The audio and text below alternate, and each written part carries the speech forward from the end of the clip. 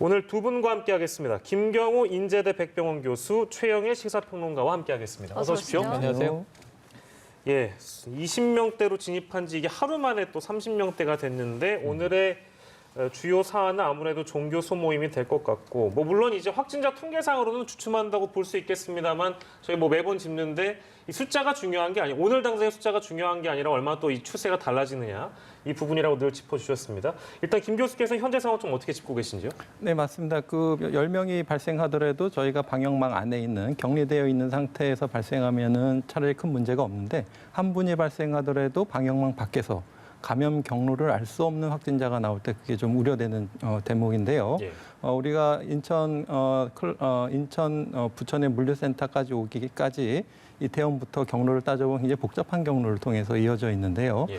이런 것들이 우리가 이제 고리를 모르는 상태에서 전파 돼서 나타나는 거기 때문에 한 명의 감염 경로를 모르는 감염원이 있다는 것은 그동안에 연결됐던 수많은 확진자들을 우리가 모르고 있다는 뜻이고 예. 그분들 중에는 어떤 집단하고 연결돼 있는지 몰라서 더 많은 확진자들이 숨어 있는데 우리가 지금 못 발견하고 있는 가능성이 굉장히 크다는 점에서 지금 좀 굉장히 우려되는 상황이고 또 이제 전파 경로를 보게 되면은 그동안 이제 방역 수칙을 좀 잘 못 지키셨던 예. 그런 데서 이제 많이 발생을 했고 또 이제 사소한 식당에서 같이 옆에서 식사를 하더라도 같이 감염되는 그런 사례도 있었지만 그래도 아무래도 대부분 방역 수칙을 잘 못 지키는 데서 역시 여전히 발견된다는 점이 좀 우려된다는 점이라고 할 수 있겠습니다. 예. 네, 여러 우려되는 지점들 짚어주셨는데 일단 이번 주말 상황을 봤을 때 소규모 집단 감염이 곳곳에서 발생을 하고 있고 그렇기 때문에 일단 하나씩 좀 자세히 살펴보겠습니다.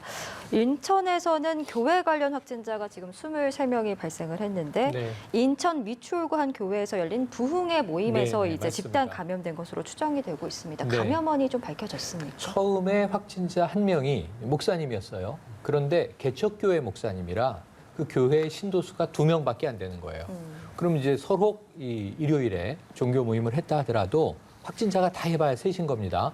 혹시 가족에게 이제 2차 전파 우려는 있지만 그랬는데 엉뚱하게 지금 이 목사님이 자신의 이 교회만 목회를 한 게 아니라 인천 전역에 경기도까지 포함해서 이렇게 소규모 개척교회를 목회하는 분들의 모임이 연합 모임이 있었던 거예요. 예. 그게 미추홀에서 있었던 부흥회입니다. 그러니까 여기에 이제 사실은 여러 작은 교회 목사님들도 함께 모이고 신도들도 모이고 그러다 보니까 지금 23명의 확진이 여기서 나온 거거든요. 네. 그럼 또 문제는 이분들이 모여서 이 연합 부흥회를 하고 나서 개교회로 이제 각각 가서 또 이제 각각 예배를 드렸다면 문제가 될 수 있는데 예. 어쨌든 이런 부분에서 점조직 형태로 모였다 흩어지는 이게 이태원 클럽도 마찬가지인데요. 특정한 날 모였다가 흩어지고 자신의 또 생활 영역에서 가족과 함께 직장 출근하고 생활하지 않습니까? 그러니까 이게 감염원이 되는 거예요. 예. 우리가 그동안 이야기해왔던 조용한 전파라고 하는 것이 네. 본인은 무증상일지라도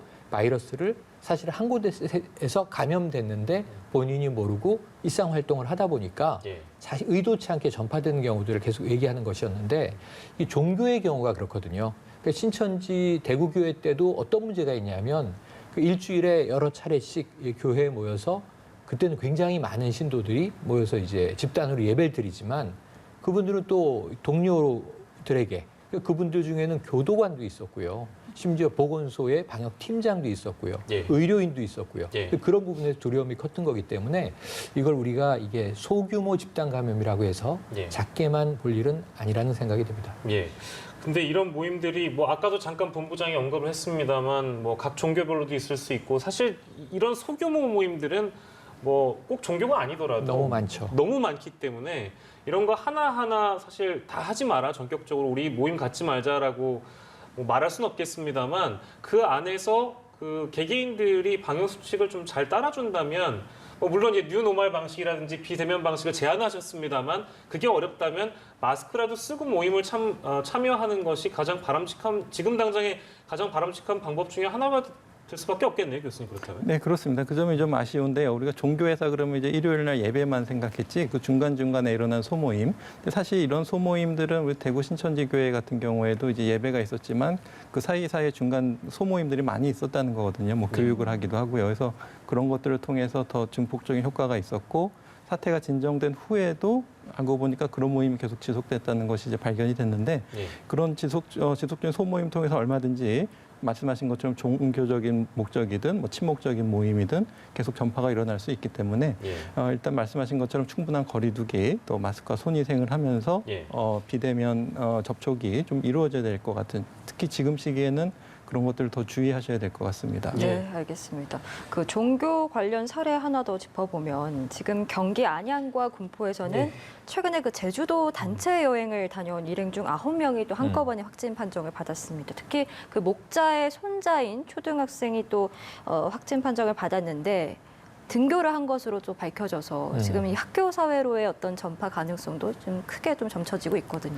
네, 맞습니다. 지금 학교 방역이라는 것이 지금 아직 한 번도 안 해본 거고 과연 얼만큼 효과가 있을지 지금 모르는 상황이고 이제 학교 선생님과 방역당국 모든 분들이 지금 최선을 다해서 노력을 하고 방역 지침을 만드셨는데요. 이것이 이제 과연 어느 정도 효과가 나타나는지 볼 수 있는 가늠자가 될 수 있을 것 같습니다. 그래서 확진 초등학생이 등교를 하고 나서 주변의 학생들 또 선생님한테 얼만큼 전파가 일어났는지 좀 추가적으로 좀 지켜봐야 할 것 같고요. 네. 아마 최선의 방역 노력을 했기 때문에 좀 피해가 좀 최소화되길 좀 바라고요. 이제 문제는 이제 이 초등학생 확진자로 인해서 이제 접촉한 학생들이 검사를 받고 또 이제 격리가 돼야 되고 이런 상황에 대해서 이제 본인이라든지 아니면 주변 학생들은 이걸 어떻게 받아들일 것인가 또 학부모들은 어떻게 받아들이실 것인가 이것이 조금 주목이 되는데요. 어떤 차별과 낙인보다는 과연 이제 배려와 협력의 시선과 이런 태도를 보여주실 수 있을지 이것도 좀 주의가 필요한 대목이 되겠습니다. 예.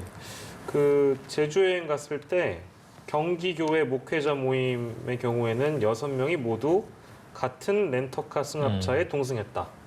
이렇게 되면 감염원은 누구인가? 감염이 어디서부터 시작되는가 보면 결국에 그 중에 한 명 아닐까? 뭐 이런 추정이 가능한 걸까요? 어떻습니까?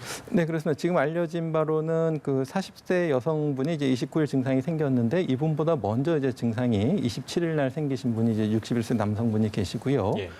지금 25분이 갔는데 그분들의 어떤 활동이나 접촉은 확인해야 되겠지만 그 중에서 걸린 6분이 같은 승합차를 탔다는 공통적인 노출이 있다는 거지요. 그렇기 네. 때문에 뭐 식사를 같이 하거나 그랬을 수도 있지만 아마 예. 그 6분이 같이 탔던 승합차 안에서 전파가 좀 일어나지 않았을까 이렇게 추정이 되는 것 같고요. 사실 이렇게 좁은 차량 내에서 이렇게 전파가 충분히 될 수 있다는 건 우리가 이제 많은 사례를 통해서 예. 택시 기사라든지 아니면 중국에서도 관광버스 안에서 기사가 감염되거나 승객이 감염되거나 이렇게 밀폐된 차량 내에서 충분히 감염이 일어나는 사례가 그동안 있었기 때문에 예. 지금 이렇게 렌트카에 다 같이 탄 상황 자체가 충분히 감염이 일어날 수 있는 그런 상황이 될 수 있겠습니다. 예. 네. 지금 뭐 종교계도 비상이지만 이런 가운데 목동 학원가도 또 비상입니다. 이 일대 학원을 다녔던 고등학생의 가족이 확진 판정을 받아서 네, 맞습니다. 물론 해당 학생은 음성 판정이 다행히 나왔습니다만 학원들이 지금 일단 줄줄이 문을 닫았거든요. 근데 제가 알기로 목동 학원은 그 동네 학원이라기보다는 여러 지역에서 또 많이 대규모죠. 오기 때문에 네네. 좀 걱정이 되는. 강남권 학원가 그럼 우리가 대치동 한티역 근처인데 그 근처도 지금 이제 이 등교 계약하기 전에도 거기서 유학생이나 학원 강사들이 여러분이 지금 확진이 나왔었어요. 그래서 이제 대치동 학원가도 위험하다 이런 얘기가 있었고 사실은 뭐 대치동뿐입니까? 학원에서는 강사나 수강생 확진자들이 왕왕 나왔습니다. 강북에서도 나왔었고요. 근데 목동은 또 대규모 학원 단지예요. 그래서 말씀하신 대로 서울 전역에서 또 일타 강사들이 많다고 소문이 나 있어서 학원을 찾아가는 경향성이 있단 말이죠. 그런데 이제 이 양정고 고등학생이 확진이 됐고 학원 4곳을 다닌 거예요. 그래서 양정고등학교와 지금 학원 4곳이 방역과 동시에 이제 검사가 진행 중인데 네. 문제는 이 학생의 누나가 먼저 확진이 된 거죠. 이 누나는 아나운서 학원을 다녔는데 거기서 확진이 됐고 네. 이 누나와 함께 그 학원에서 4명의 확진자가 나왔습니다. 그런데 이 누나가 있는 가정에 이 어머니가 또 확진이 됐어요. 예. 그러니까 이제 고등학생도 혹시 했는데 검사는 음성이었습니다만 네. 어쨌든 가족 중에 2명, 누나와 어머니가 확진된 상황에서 학교도 등교했고 학원도 4군데 갔고 그래서 지금 목동에 이제 또 상당히 비상이 걸려 있는 상황입니다. 예. 지금 방역 당국에서는 관련해서 어떤 좀 조치가 첫 취해지고 있습니까? 번째는 이 접촉 관련자들을 전수 검사하는 거죠. 이 검사 조치가 가장 이제 확실한 부분이고요. 그리고 또 이제 접촉자의 접촉자가 발생하지 않도록 우리가 한번 저 무직이라고 얘기했던 학원 강사 때문에 사실 여기까지 온 거거든요. 예. 이게 이태원 클럽에서부터 여기까지 지금 와 있는 거예요. 적어도 부천물류센터 정도까지는. 그리고 이제 그 외에 산발적인 그리고 지금 문제는 수도권으로 흘러 들어와 있지 않습니까? 그래서 이 서울, 경기, 인천에서 오늘도 30명의 확진자가 나온 건데요. 네. 수도권은 이 우리나라 전국 인구 중에 거의 절반이 몰려 있습니다.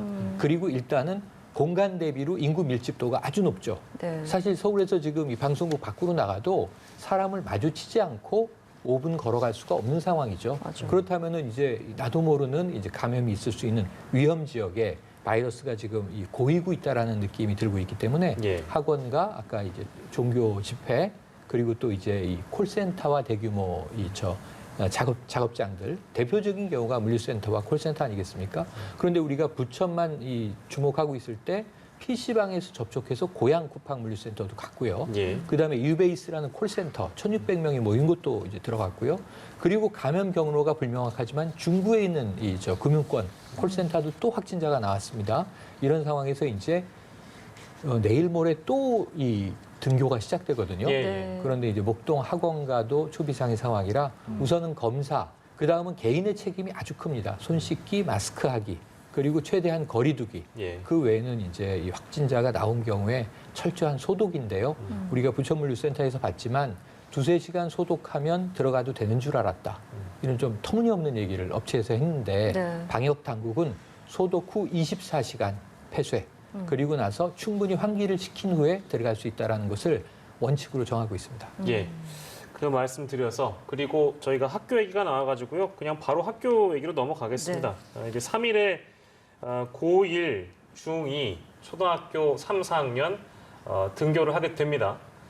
저희가 처음에 이제 그 등교 시작했을 때 많이 짚었던 내용인데 이게 사실은 뭐 전문가들 사이에서 의견이 많이 분분한 부분이 있고 그러니까 특히 이제 나눠지는 부분은 고3들은 수능이나 어떤 학사 일정 때문에 어쩔 수 없는 부분이 있으니 그리고 고3은 또 통제가 가능한 수준 안에 아이들을 교육할 수 있다고 하니 고3 정도만 하고 나머지는 그래도 이제 기존에 있었던 등교 방침을 좀 접자라는 의견이 가신 분도 계시는 것 같고 그게 아니라 뭐 언제까지 이렇게 미룰 수 없는 거 아니냐라는 어떤 그런 의견이 좀 분분한 것 같습니다.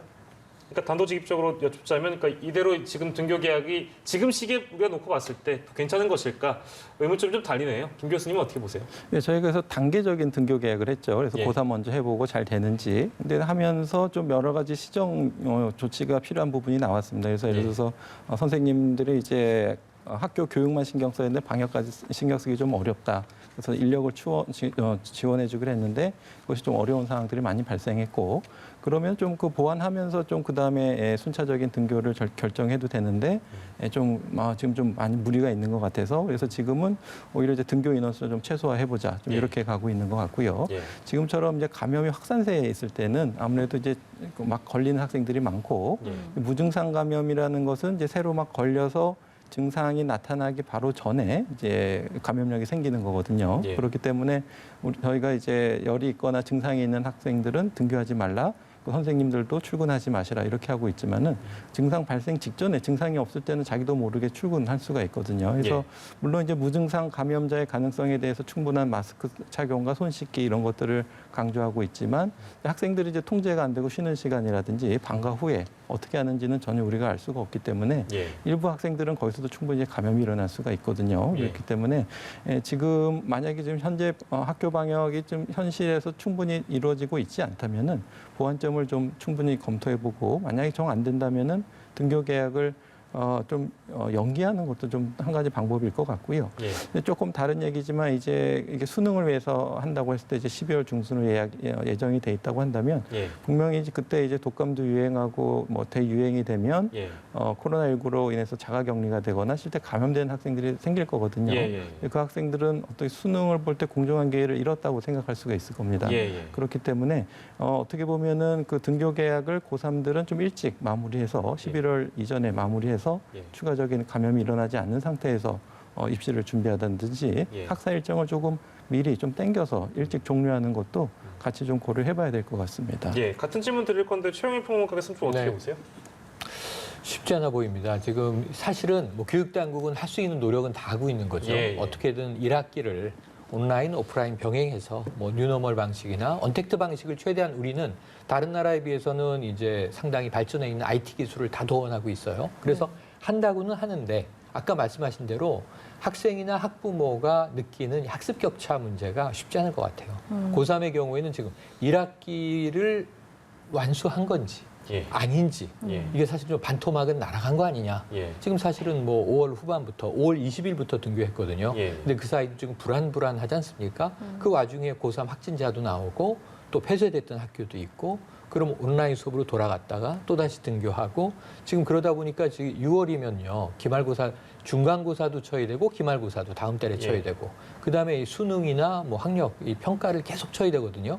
그리고 9월에는 이제 8월에는 선생님들의 생기부를 쓰셔야 되고 네. 예. 9월 23일이면은 수시가 시작됩니다. 예. 그러니까 매우 이상한 상황이거든요, 올해. 네네네. 그래서 이게 12월 3일에 만약에 수능이 정상적으로 치러지더라도 어쩔 수는 없지만 이 뒤죽박죽인 현재 상황을 고3만 논외로 하고 사실은 교육당국은 더 큰 시나리오를 준비해야 된다. 원래 9월 학기제 갑시다. 이런 예, 얘기들도 예. 나왔는데 우리는 그게 지금 수능 때문에 어려운 거예요. 다 네. 입시제도 때문에. 네. 그런데 올해 입시는 불가피하게 주어진 제한적 조건에서 밀어붙인다 하더라도 예. 그럼 지금 이 1학기에 대한 나머지 학년들, 그 학교들에 대한 평가를 어떻게 할 것인가? 예. 사실 미국은 지금 트럼프와 이 방역 당국이 싸우고 있는 게요. 예. 트럼프 대통령은 9월에 계약할 수 있다. 방역 당국은 못 한다거든요. 미국이 지금 9월에도 계약을 못 한다. 유럽도 마찬가지가 될 수 있고 그럼 이런 상황에서는 우리는 너무 좀 하루하루를 교육 당국은 바쁘게 일정을 잡고 있는 것 아닌가. 예. 사실은 학기 단위를 좀 고민해봐야 될 시점이 왔고요.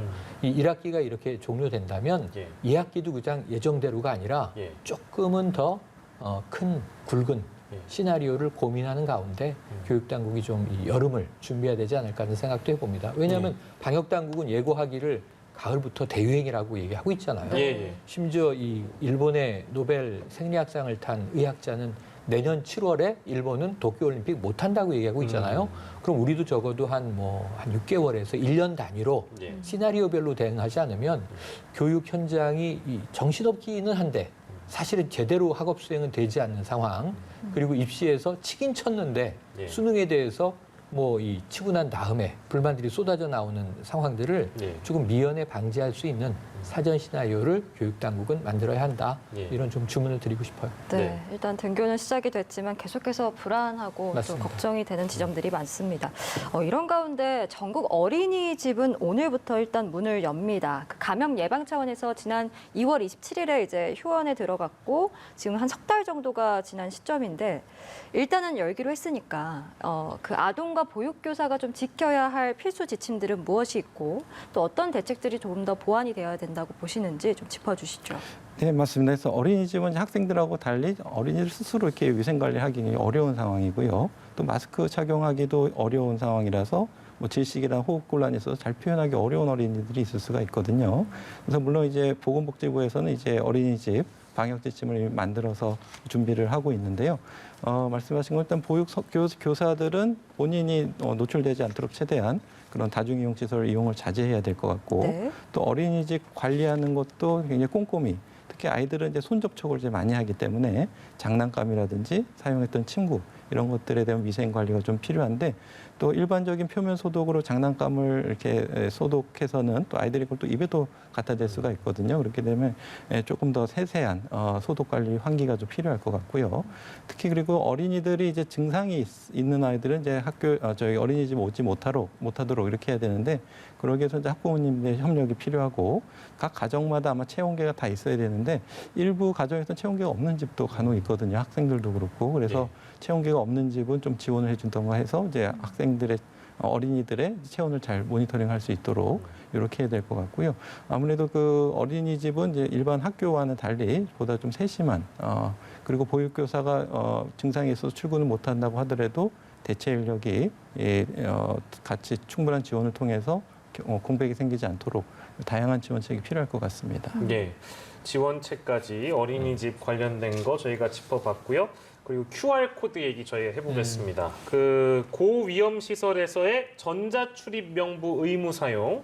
그러니까 서울, 인천, 대전의 다중이용 시설에서는 이제 QR코드를 도입하게 되는데 대상 시설하고 어떤 방식으로 이루어지는지 궁금하신 분들도 많을 것 같아가지고 물론 이제 이거를 도입하고 있는 해외 외신보도를 좀 본 적은 있습니다. 네네네. 우리나라 이제 이게 지금 처음 이제 도입하는 거니까요. 그렇죠. 네네. 그런데 쉽습니다. 저도 오늘 이제 신문을 보고 예. 한번 스스로 이제 미리 테스트를 해봤는데요. 네. 이 로그인을 하셔야 되는데 본인이 가입해 계신 포털, 예. 포털에서 QR 코드를 발급해주는 자기가 QR 코드를 만드는 예. 이 메뉴들이 다 잘 돼 있어요.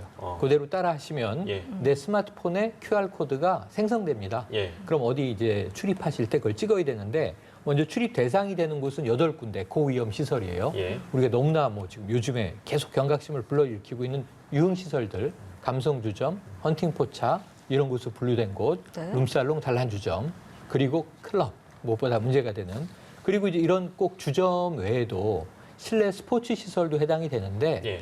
헬스는 하실 수 있어요. 거리두기를 하고 운동을 하시면 돼요. 그런데 문제는 집단으로 격렬한 운동을 하는 예를 들면 태보, 이 줌바 댄스 문제가 됐었죠. 예. 이제 그러한 것들은 이제 지양하라는 거고요. 그 외에 이제 또 종교 집회와 같은 경우가 해당이 되겠습니다. 그럼 여기가 뭐냐 하면 기존에 출입자 명부를 작성하고 들어가던 곳이에요. 그러니까 다중 이용 시설. 그런데 문제는 이태원 클럽에서 우리가 뻥 터졌지만 네. 7천 명 가까이를 추적했는데 이 중에서 약 5천 명 가까운 그 명부 중에 사실은 연락 안 되는 사람이 초기에 3천 명이었고요. 예. 나중에 한 1,800명 내외는 끝까지 연락이 안 됐습니다. 기지국도 동원되고 신용카드 결제 내역도 동원이 예, 예. 됐죠.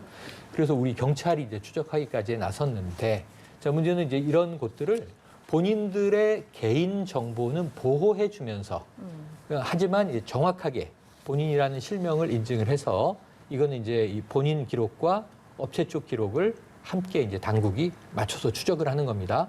그리고 일정 시간이 지나면 이건 다 삭제하기로 했습니다. 그래서 뭐 여기에 대한 이제 어떤 이용은 불안해하지 않으셔도 되거든요. 그래서 많은 분들이 이게 유럽식 관점으로 본다면 과도하게 이 개인에 대한 정보를 이 당국이 추적하는 것 아니냐 그렇게 얘기하시지만 예. 지금 이거야말로 오히려 공중보건을 지키기 위한 방법 중에 하나거든요. 네. 이 엉터리로 이름을 그러니까 인천 학원 강사발 한 명이 지금 여기까지 매일 논의될 정도로 왔다니까요. 예. 뭐 8차, 9차 감염까지 가고 있는 상황입니다. 물류센터 이후에는.